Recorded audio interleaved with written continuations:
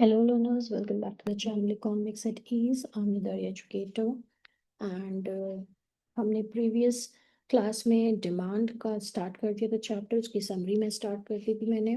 अभी भी उसमें बहुत सी इंपॉर्टेंट चीज़ें रह गई हैं। We will continue that, okay. And hopefully मैं चाहूँगी कि आपको इस पार्ट में पूरा कंप्लीट करा दूँ डिमांड चैप्टर, ओके। तो क्विक रिविजन हो जाएगा आप सबका। एंड इम्पॉर्टेंट चीज़ें ही हम इसको लिख के समझेंगे तो you can easily take the screenshot, okay. And if this helped you understand better, don't forget to subscribe for more easy explanations. Okay, now let's come to the topic here. That is demand. Okay, this is your chapter 3. And here you have the summary of it. That is part 2. Okay, तो demand ने इसमें previous video में मैंने आपको बताया था demand is what. That is कि demand curve आपकी क्या होगी, एक ग्राफिकल रिप्रेजेंटेशन होगा ऑफ डिमांड स्केड्यूल। स्केड्यूल तक हमने पढ़ा determinants of demand and schedule कैसे बनाना, it is a table form, okay. So demand curve क्या होता है, what is demand curve.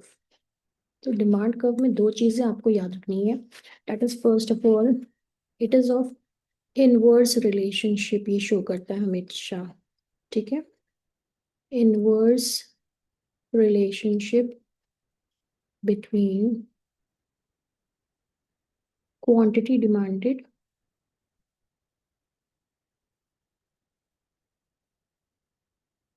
and its price.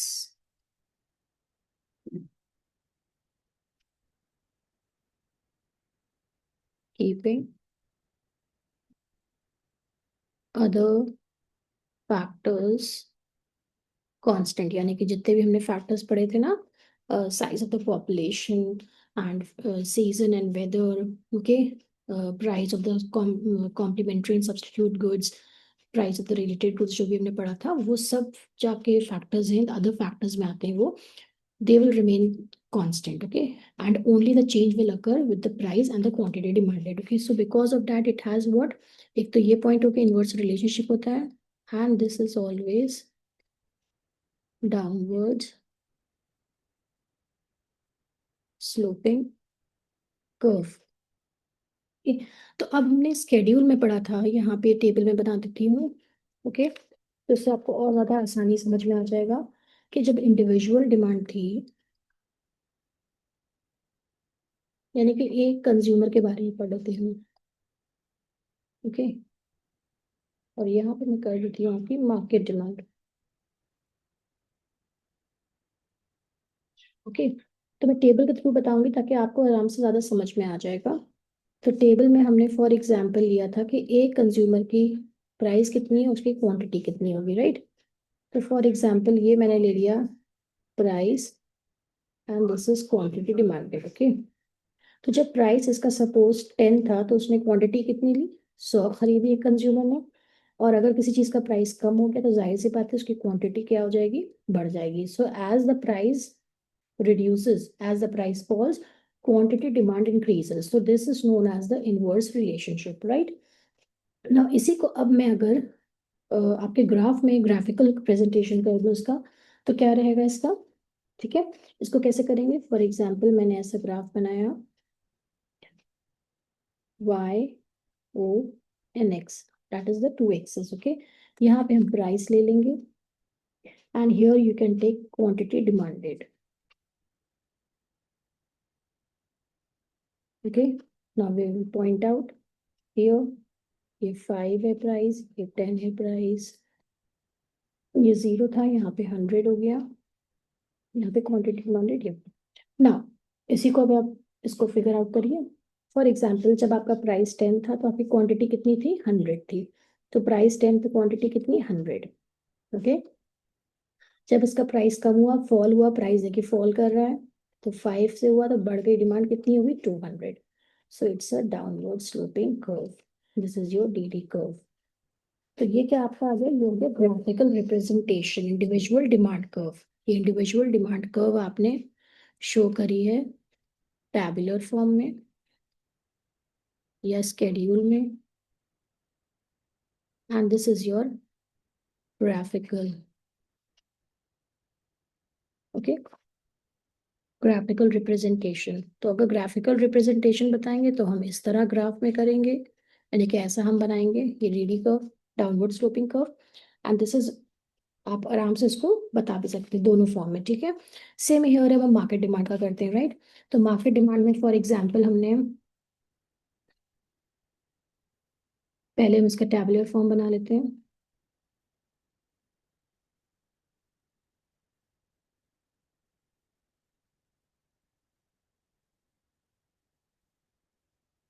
इस तरह आप शो भी कर सकते हैं, राइट। तो फॉर एग्जांपल यहाँ पे ये आपका ये प्राइस हो गया, यहाँ पे आपका कंज्यूमर डी था, एक्स था, समझिए डिमांड एक्स की है, और डिमांड ये है मान लीजिए पी की, ओके। और ये आपकी क्या है, मार्केट डिमांड, यहाँ पे ये दोनों को ऐड कर देंगे तब, ये मैंने पिछले क्लास में भी आपको ये बताया, राइट। फॉर एग्जाम्पल सेम हम ये लिखते हैं 10 और 5, यही हमने इसके प्राइस ले लिए, ठीक है। तो पहले का मान लिया 100 लिया मैंने, और इसका 200 सेम ले लिया, ठीक है। और जो आप कंज्यूमर पी है उसका क्या प्राइस, उसका क्या 10 पे उसने 150 क्वांटिटी डिमांड करी, एंड देन उसने 5 जैसे ही उसका प्राइस गिरा उसने 250 कर ली, तो अब इन दोनों को कंबाइन करेंगे तो कितना आ जाएगा, 100 प्लस 150, 250, देन 200 प्लस 250, 450, यानी कि मार्केट डिमांड आपकी इतनी हो गई ना। How we are going to show it graphically, now let's start here, y o x, okay, here you will take price on this axis, that is x axis, यहाँ पे हम लेंगे क्वांटिटी जिसमें डिमांडेड। इसी तरह हम जल्दी से इसको शो करेंगे आंसर फॉर्म में भी अगर पूछा जाता है आपसे, okay. Now here you have the price for example 5 and 10। अब यहाँ पे क्या कर सकते हैं हम, 100, 150, 200, 250, 300, 350, 400, 450 तक गया है, ठीक है। तो जब प्राइस, अब हम डी एक्स का पहले देखते हैं, एक डिमांड एक्स कंज्यूमर की, राइट। तो इंडिविजुअल भी इसमें बना के फिर हम उसको दिखाएंगे कैसे हम मार्केट डिमांड करते हैं, राइट। तो पहले फॉर एग्जांपल 10 पे था तो 100 थी, ये 10 पे था तो ये 100 थी, राइट। देन जैसे ही इसका प्राइस कम हुआ, 5 हुआ, तो उसने कितनी करी डिमांड, 200 कर दी यहाँ पे कहीं। तो ये किसकी है, ये डी एक्स की है, डिमांड ऑफ कंज्यूमर एक्स, ठीक है। ना पी, पी कंज्यूमर का हम देख लेते हैं, जब उसका 10 प्राइस था तो कितनी थी उसकी, 150 थी, ओके। क्वांटिटी डिमांडेड, जैसे ही प्राइस उसका फॉल हुआ उसने डिमांड क्वांटिटी बढ़ा के 250 कर दी, here you can take here, okay. तो अब इसकी क्या है आपकी, ये है कंज्यूमर की डिमांड पी की, ओके। आप इन दोनों को कंबाइन करेंगे तब हमें मार्केट डिमांड पड़ेगी, ठीक है ना। हमें इंडिविजुअल का नहीं निकालना, हमें मार्केट का करना है।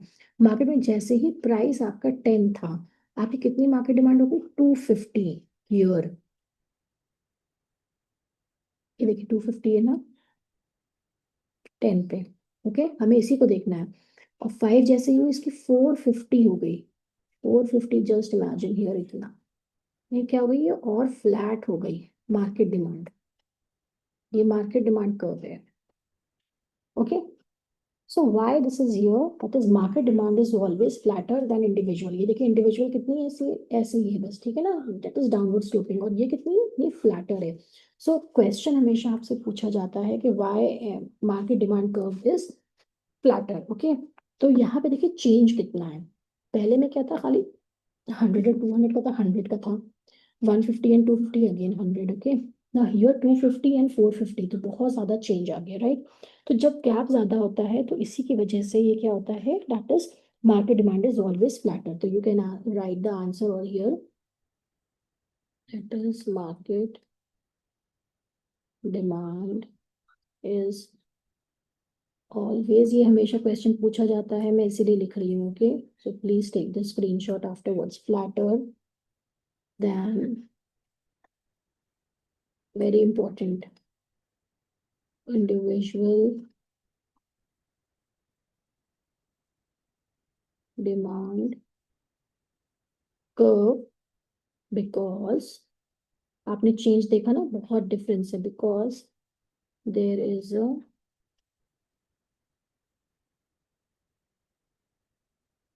proportionate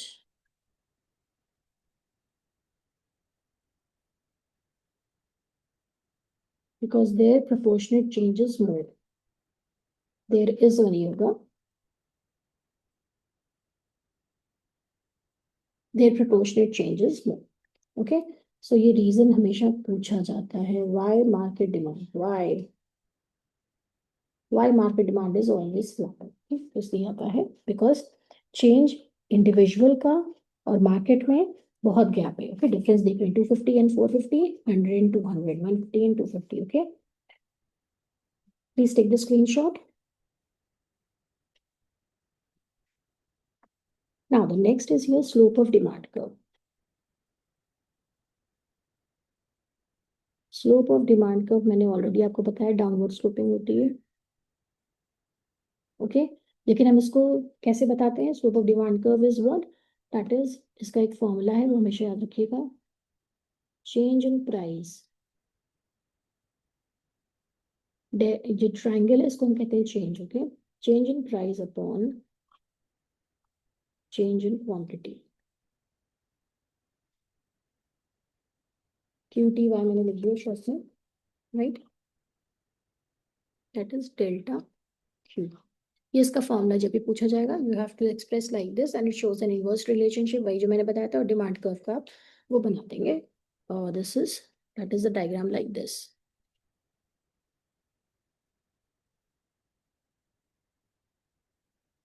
This is your DD. This is your price. This is a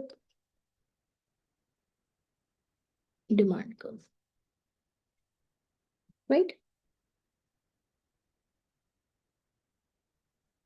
Fine. You can take the screenshot. This is also sometimes asked. Okay.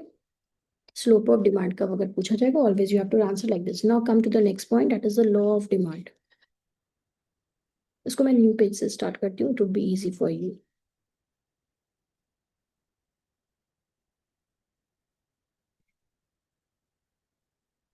Okay. Now we are going to start very important chapter topic, that is law of demand. Very, very important, right?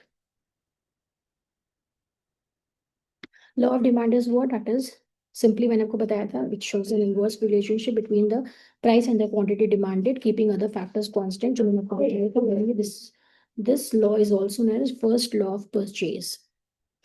तो हम इसको कर सकते हैं also known as, आपसे ये पूछ सकते हैं first law of purchase. जो मेन पॉइंट्स हैं इसके, shows inverse relationship between price and quantity demanded, keeping other factors constant. Okay, अब कीपिंग अदर फैक्टर्स कांस्टेंट कौन से आ गए, वो मैंने आपको बता रखे हैं. That is the substitute goods, complementary goods, okay, income of the consumers, no expectation of change in price, taste and preferences, ये सब ओके, राइट? लेकिन हम इसमें क्या कहेंगे, इसमें one more thing here, downward sloping curve. ये इसके मेन चीज है. Okay, always you have to remember this downward sloping curve. When law of demand is asked, you have to mention all these things. Okay, now here again a subheading, जब आपको law of demand पूछा जाएगा, assumptions of law of, इसमें क्या assume करते हैं हम, ठीक है? तो इसमें assumptions क्या होते हैं, जितने भी factors हैं आपके, वो other factors remains constant. okay, so law of demand में क्या होगा, assumptions है first price of the substitute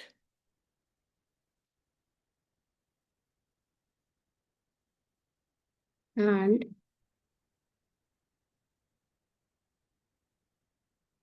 complementary goods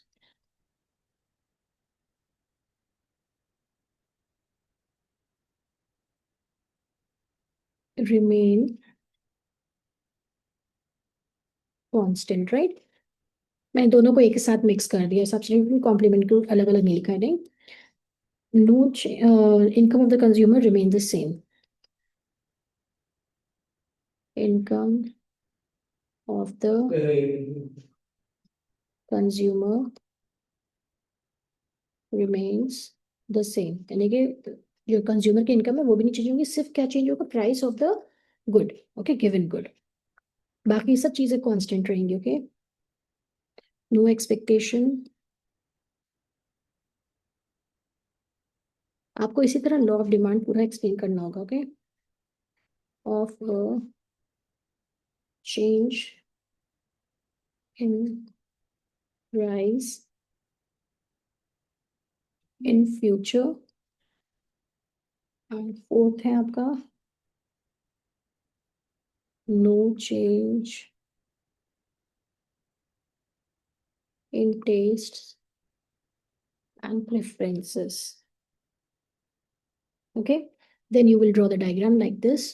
ये डायग्राम आप बना लेंगे. Y, O, X. Here you can take price. Here you can take quantity demanded. And this is your law of demand. This is the DD curve. It shows an inverse relationship between the price and the quantity demanded. And they're keeping the other factors constant. Other factors क्या हैं आपके, ये सब है. Okay. No change in technology also. You can also mention that. Okay, taste and preferences, no change. There is no change in income. There is the price of the substitute and complementary goods remains constant. Like now, what you can do here, reasons of law of demand. Please take the screenshot. It's very important question. Law of demand आएगा आपको ये सब चीजें इसमें mention करनी, right? Now here you have reasons of. ये भी पूछा जाता है.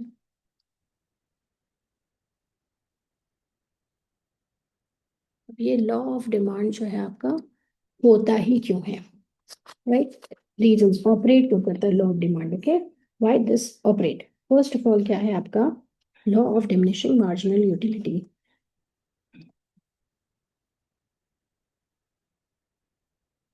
It's also very important.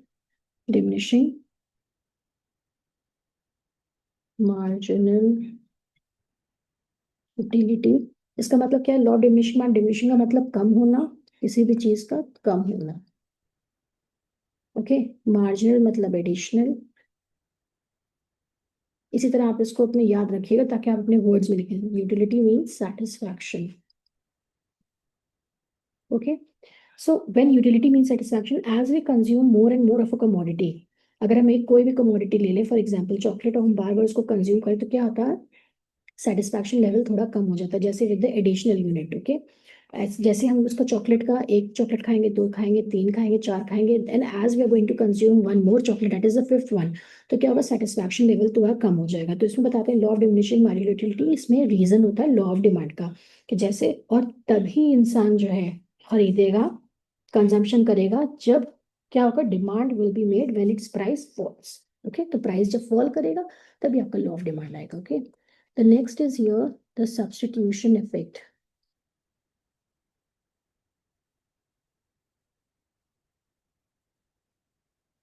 ना, सब्स्टिट्यूशन इफेक्ट का मतलब क्या है कि दो प्रोडक्ट्स हैं, ठीक है. For example this is product one and this is product to.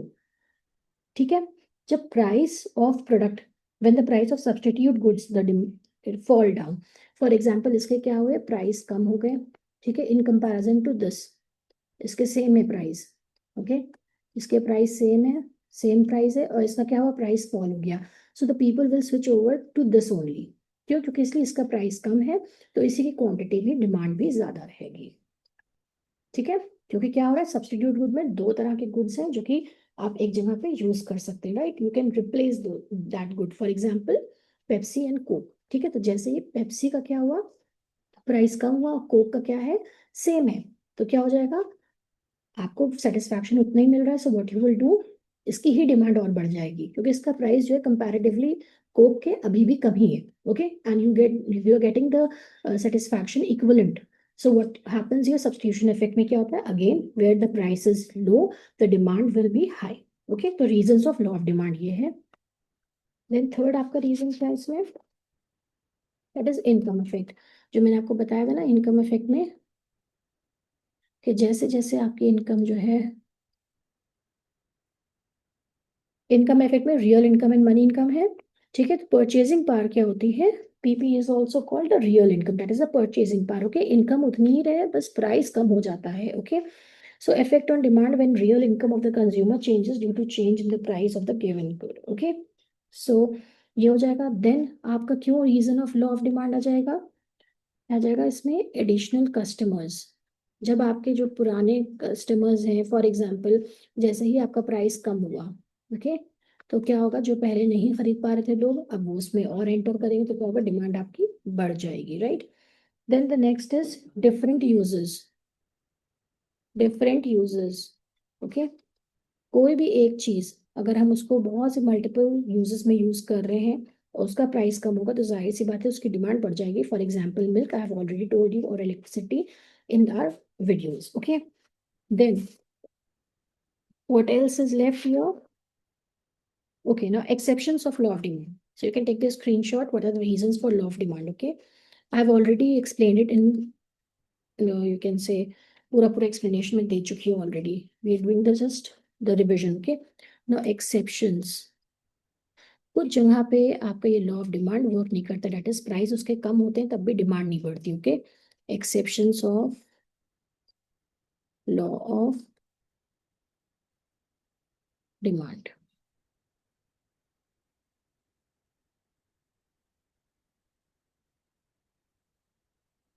Okay.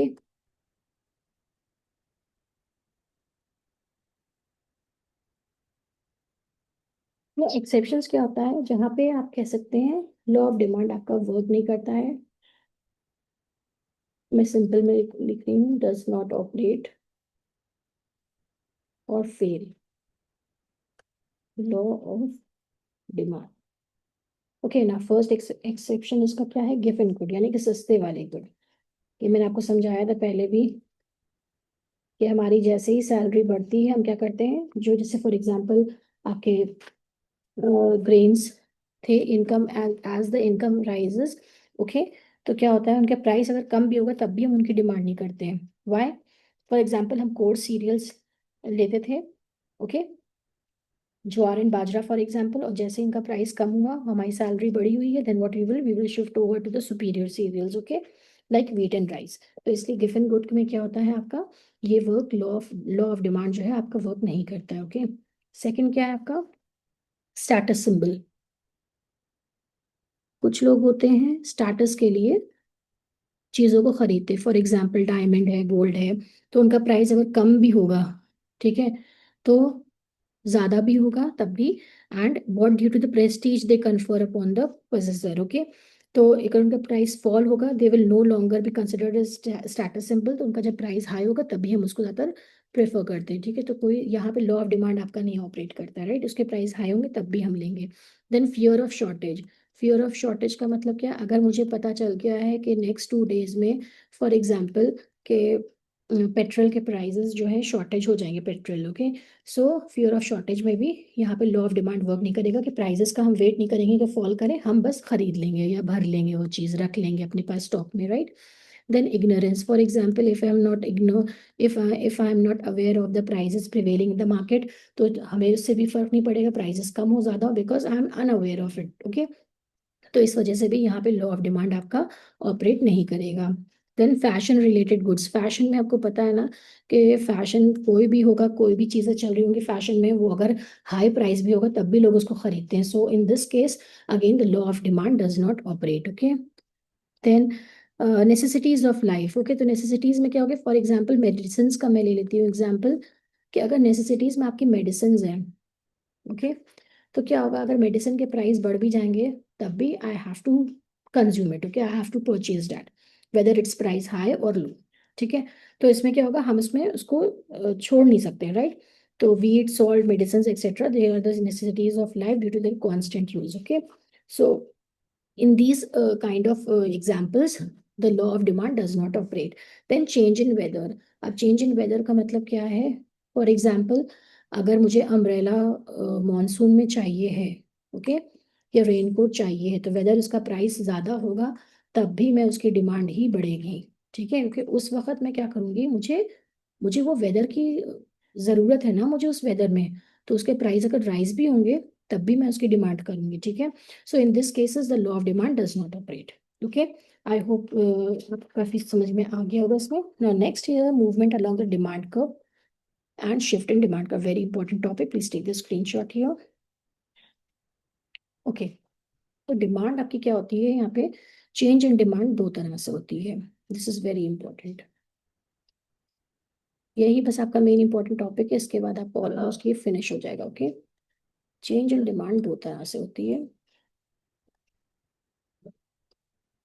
एक होती है due to change in price, जिसमें सिर्फ उसका प्राइस चेंज होगा,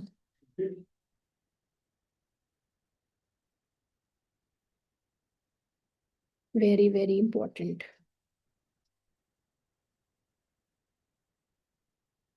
और एक होता है आपका due to change in other factors.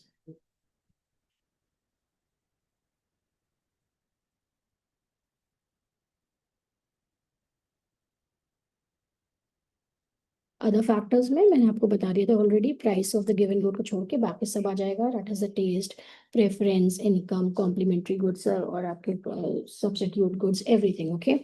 Then due to change in price क्या होता है, इसको हम कहते हैं, this is termed as change in quantity demanded,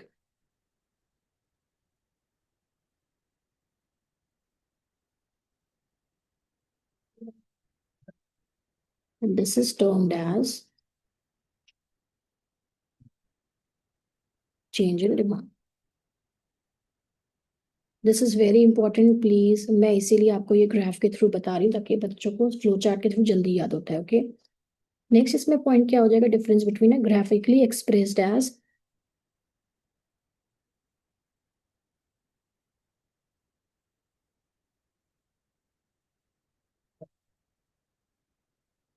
जिसको हम कहते हैं movement along demand curve,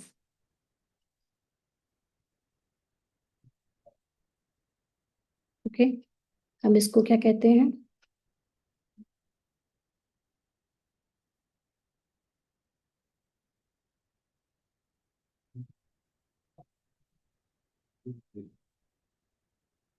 graphically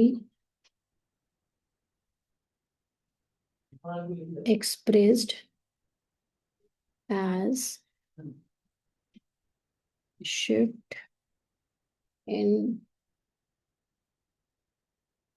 demand curve. ठीक है, जो हम बनाते हैं उसको शिफ्ट कहते हैं और इसको हम कहते हैं मूवमेंट, ये मूवमेंट कहा जाता है and this is shift, okay.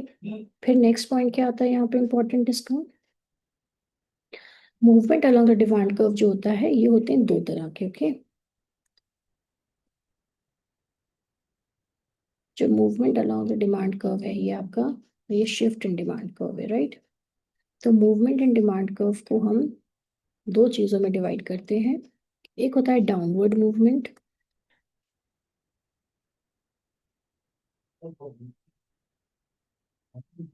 Okay, या हम इसको कहते हैं एक्सपेंशन, ये सब हम पढ़ चुके हैं, ओके। एक्सपेंशन इन डिमांड, ठीक है। दूसरा कौन सा होता है आपका, अपवर्ड मूवमेंट। इसी तरह आप इसको याद रख लेंगे तो बहुत आसानी से आप आगे कोई कंफ्यूजन नहीं होगा, या हम इसको कह सकते हैं कॉन्ट्रैक्शन। मैं इसको डायग्राम के साथ भी आपको बताऊंगी कैसे आप करते हैं, कॉन्ट्रैक्शन इन डिमांड, ओके। ना इसके रीजंस क्या हैं, ये क्यों आता है यहाँ पे movement, when quantity demanded changes due to change in the price, okay. when quantity demanded changes due to change in its price, keeping other factors constant, right. अब यहाँ पे कहते हैं मैंने शिफ्ट इन डिमांड है, शिफ्ट इन डिमांड भी दो तरह का होता है।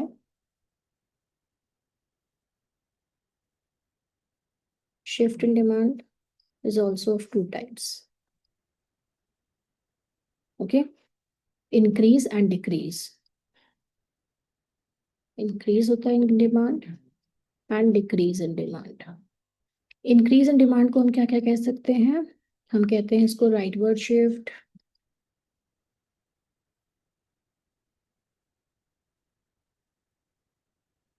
प्लीज राइटिंग आप समझ लीजिएगा इसलिए मैं बोल भी रही हूँ साथ में। राइटवर्ड शिफ्ट कहते हैं इसे, ठीक है। आउटवर्ड शिफ्ट भी कहते हैं, अलग अलग नेम्स हैं, don't get confused.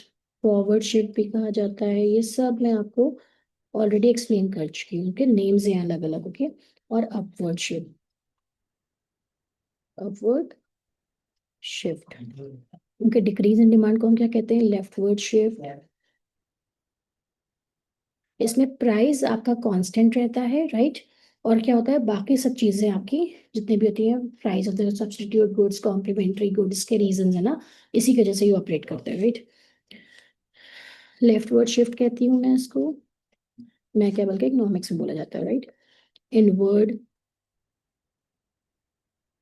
Shift,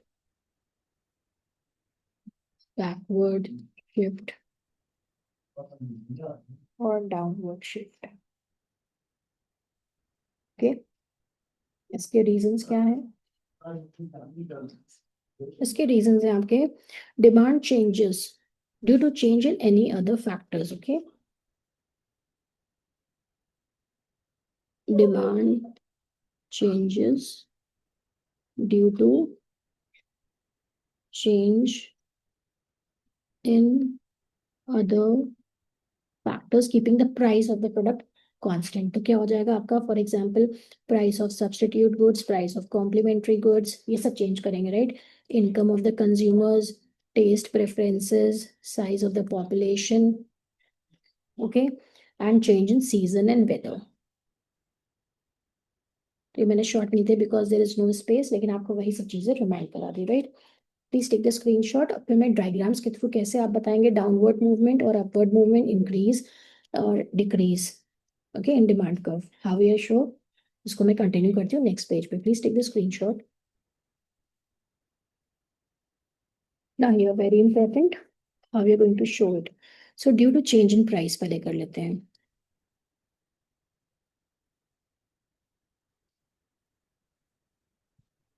due to change in price यानी कि क्या होगा? सिर्फ आपका प्राइस चेंज कर रहा है, राइट। तो उसमें आएगा contraction and expansion. Due to change in price, इसको बीच में लिख दूं मैं, to be easy for you to distinguish.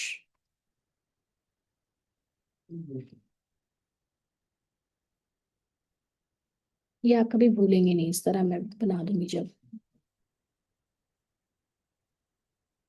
तो ये आपका क्या है? Contraction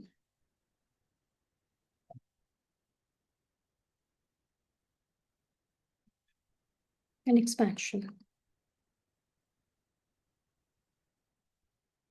okay.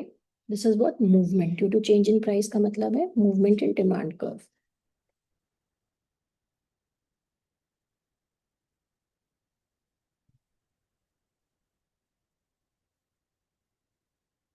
इसको अब आप ग्राफिकली कैसे रिप्रेजेंट करेंगे वो मैं बता रही हूँ, राइट। दो तरह की होती है, कंट्रैक्शन होता है, एक्सपेंशन होता है। फॉर एग्जाम्पल मैं यहाँ पे फिर भी बना देती हूँ टेबल के फॉर्म में, जहाँ पे आप आराम से इसको याद रख सकते हैं। ये प्राइस है आपका,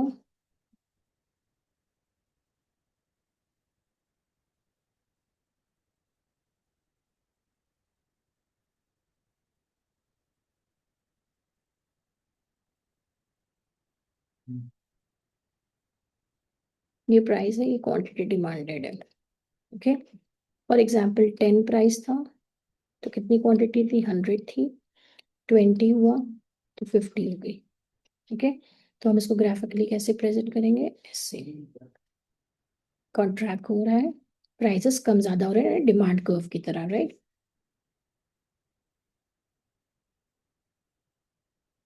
ठीक है, 10, 20, इसी तरह आपको समझना है, राइट। 100 क्वांटिटी है, सॉरी यहाँ पे 50 है पहले।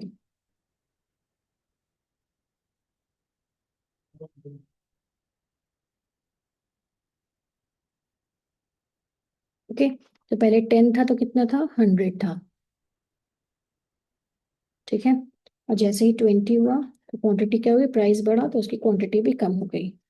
ठीक है, तो पहला का क्या था आपका, पहला 10 था तो ये ए माना हमने, और ये बी का माना। ठीक है, तो क्या जा रहा है आपका एरो, कॉन्ट्रैक्ट कर रहा है, ऊपर चला जा रहा है, right, that is the upward movement. Contraction क्या है हम, या हम कहें इसको upward movement. Okay, now here the next one, expansion हम कहें हैं, या हम कहें डाउनवर्ड मूवमेंट। इसको भी हम टैबुलर फॉर्म में कैसे करेंगे, graphically, both the ways, I make you understand. Okay, downward movement, movement का मतलब क्या है, सिर्फ प्राइस आपका चेंज हो रहा है, राइट, अदर फैक्टर्स कांस्टेंट है। तो सिमिलरली यहाँ पे भी मैं एक डायग्राम इसका पहले टेबल फॉर्म में बता देती हूँ आपको। ये प्राइस है, ये क्वांटिटी है, राइट। सेम एग्जांपल ले लेते हैं, पहले इसका प्राइस 20 था तो इसका कितनी क्वांटिटी थी, 50 थी। एंड प्राइस जब इसका कम हुआ, 10 हुआ तो ये 100 हो गई। ना टैबलेट फॉर्म, इसका ग्राफिकली कैसे बताओगे इसको,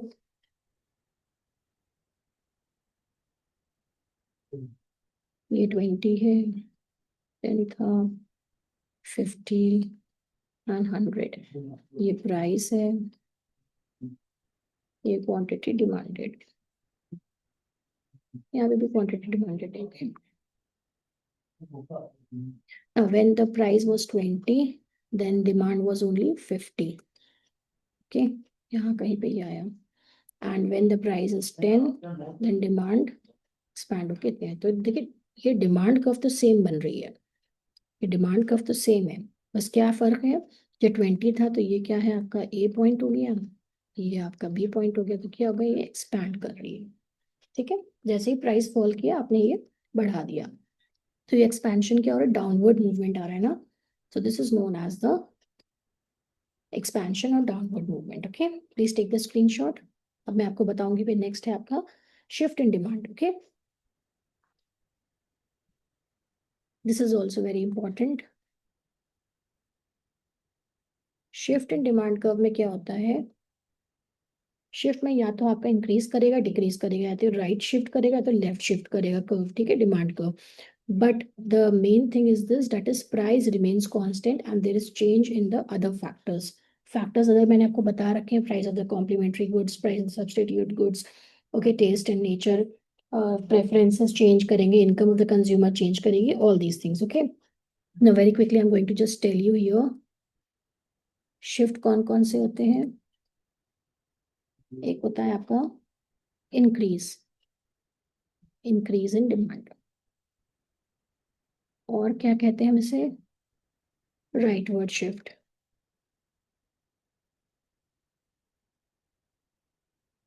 ओके, इसमें क्या हो जाएगा, इसका ऑपोजिट हो जाएगा, डिक्रीज इन डिमांड हो सकता है।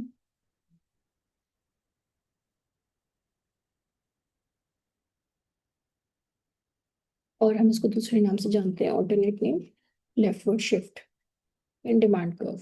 रीजंस मैंने आपको बता दिया, that is price will remain constant. अब इसको हम पहले समझते हैं एक टैबुलर फॉर्म के through, right. For example here the condition is the price will remain the same and the quantity will change just because of the other factors. Okay, तो price हमने 10 रखा, अभी भी 10 रखा है। ठीक है, फिर हम देखते हैं इसका इंक्रीज एंड डिक्रीज कैसे होता है। क्वांटिटी डिमांडेड जो आपकी है, फॉर एग्जाम्पल 10 था प्राइस, तब 100 थी, और प्राइस में तो चेंज होना ही नहीं है, और 200 होगी तो इंक्रीज में, राइट। ओके, इंक्रीज हो रहा है। तो अब इसको हम कैसे ग्राफिकली रिप्रेजेंट करेंगे? For example this is the demand curve diagram बना रही हूँ मैं. Here you will take price and here you will take quantity demand, quantity only. Okay, quantity demanded, right? तो प्राइस तो आपका देखिए सेम है, दैट इज 10. ठीक है, क्वांटिटी क्या आपको करनी है? 100 करनी है और 200 करनी है, राइट? तो जब प्राइस आपका सेम है तो यहाँ पे कहीं पे आपका 100 आ रहा है, ठीक है, और 200 सपोज आपका यहाँ पे आ रहा है, राइट? तो डिमांड कर्व क्या है? ये आपकी ओरिजिनल थी, पहले प्राइस ये था, और जैसे ही ये आपका बढ़ के इधर आया, राइट वर्ड शिफ्ट कर, this is known as the increase in demand, यानी कि ए से शिफ्ट होके बी की तरफ आ गया. तो ये क्या राइट वर्ड ही तो शिफ्ट कर रहा है ना, right word, this is called a right word shift. Okay, बल्कि इसको मैं राइट वर्ड शिफ्ट को मैं डॉटेड में कर दूंगी तो आपको थोड़ा सा डिफरेंट लगेगा. ओके, ये दूसरा डिमांड कर्व बनाना, ये डी था आपका सिंपल पहला ओरिजिनल वाला, and now it is D1. तो राइट वर्ड शिफ्ट हो गया या increase in demand. Similarly decrease in demand के price will remain constant, price को हम बिल्कुल नहीं छुएंगे, प्राइस का कोई चेंज नहीं आएगा. Only what happens here, quantity demanded will change.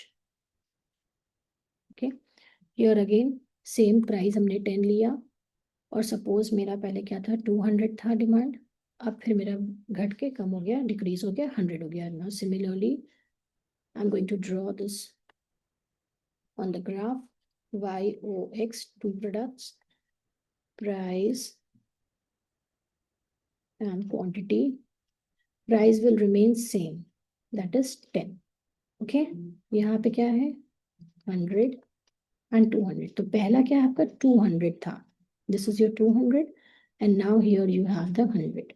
तो पहला आपका demand curve always downward sloping curve, you know this. This is your D, okay, and this is your point A. Now it's going to shift here to the leftward side. Left में जा रहा है ना आपके हाथ पे. सो ये क्या हो रहा है आपका, जब ये इधर की तरफ आ रहा है, that is a leftward shift. ठीक है ना, अंदर की तरफ आ रहा है, इसका मतलब है क्या है ये, this is your price will remain same, but due to some other factors change उसमें हो रहा है, जिसकी वजह से क्या है आपका डिमांड कम हो रहा है. ठीक है, when curve shift to the leftward due to change in other factors, it's leftward shift or decrease in demand. Okay, बस यही आपको समझना है इसमें. शिफ्ट इन डिमांड कर्व कब होगा, जब प्राइस आपका कांस्टेंट रहेगा, there is no change in price. Remember here price constant रहेगा, और मूवमेंट में क्या होगा, प्राइस फ्लक्चुएट करेगा, सिंपल आपका लॉ ऑफ डिमांड ऑपरेट कर रहा है. ठीक है, and keeping the other factors constant. Shift में क्या होगा, प्राइस कांस्टेंट रहेगा, बाकी चीजें चेंज होंगी. Okay, the only difference is this, and you can take the screenshot. Okay, and last topic here,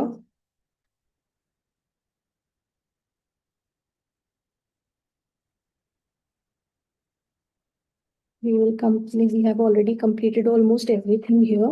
Now the last topic, kinds of demand. इन सब का नाम आप पढ़ोगे ना तो अपने आप ही समझ में आ जाए. Kinds of demand, price demand,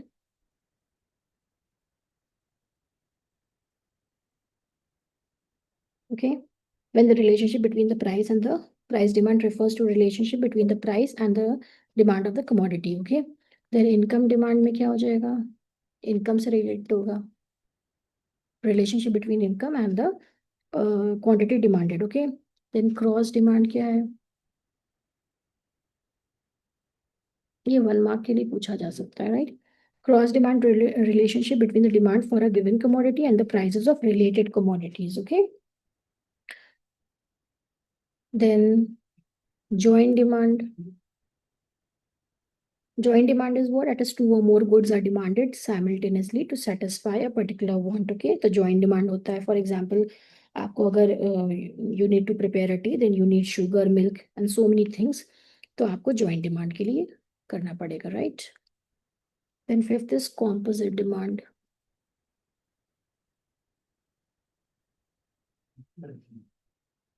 Composite demand is when a commodity can be put to several uses. Okay, so it is known as a compositive. For example, electricity या milk आप example कर सकते हैं. इसके example जरूर याद करना because it can be asked. Okay, now derived demand is what? Let me write this name also. Derived demand is what? That is which depends on the demand for other goods. Okay, that is known as a derived demand. Then direct demand जो directly आपको consume करने को होता है. Okay, satisfy the wants directly. Name itself clears its meanings. Okay, then alternative demand. हो सकता है आपसे नेम ही खाली पूछ ले ये 1 मार्क के क्वेश्चन में. Alternative demand is what? That is that can be satisfied by different alternatives. For example, अगर मुझे I am feeling hungry, then I can satisfy my hunger by consuming the food, and food can be rice or salad or fruits or burger or pizza, like that is alternative demand. And last is what? That is the competitive demand.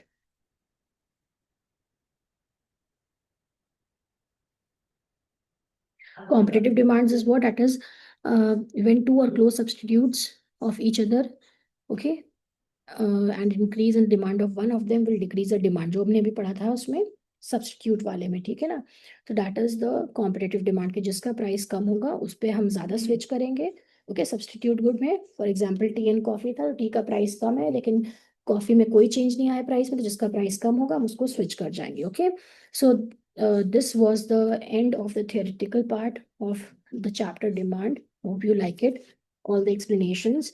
Okay, and if you like it, then please don't forget to hit and subscribe my channel. Okay, hit the subscribe button, bell icon, and subscribe my channel and stay updated with more explanations. Okay, and after this this summary part, I'm going to start the numerical portions. Okay, so see you in the next video. Keep practicing, keep learning, and score well. Thank you.